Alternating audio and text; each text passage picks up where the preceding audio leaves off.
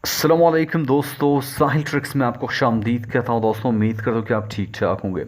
दोस्तों, अगर आप भी सऊदी अरबिया में मुकीम एक गैर मुल्की है तो यकीनन आपने सऊदाइजेशन का नाम तो सुना होगा। एक ऐसा प्रोसेस जहाँ पे गैर मुल्कियों को निकाल कर वहाँ पे सऊदियों को तैनात किया जाता है। और जिस स्पीड के साथ सऊदी अरबिया सऊदाइजेशन की जानिब बढ़ रहा है, जिस स्पीड के साथ सऊदी अरबिया जॉब्स को सऊदाइज कर रहा है, यकीनन ये सऊदी अरबिया में मुकीम गैर मुल्कियों के लिए एक बहुत बड़ी जो है ख़तरे की घंटी है। दोस्तों, आज सऊदी शोरा कौंसिल के social affair family and youth committee का इजलास जो है वो होता है, जहाँ पे एक प्रपोजल ड्राफ्ट जो है वो पेश किया जाता है।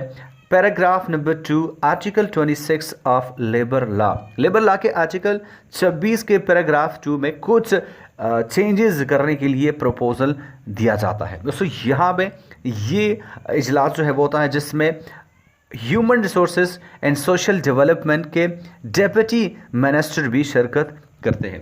दोस्तों, जैसा कि मैंने आपको कहा कुछ अरसा पहले, लीडरशिप वाले जो पोजीशन है, जो कि हाई पोजीशन है, उसको सऊदाइज करने की बात है जो है वो चल रही थी, जो कि बाद में उसको पोस्टपोन किया गया। लेकिन आज सऊदी शोरा कौंसिल के social affair family and youth committee ने फिर से इसमें चेंजेस करके, मतलब सऊदी लेबर लॉ आर्टिकल 26 के पैराग्राफ नंबर 2 में चेंज करने की बात है जो है वो की है।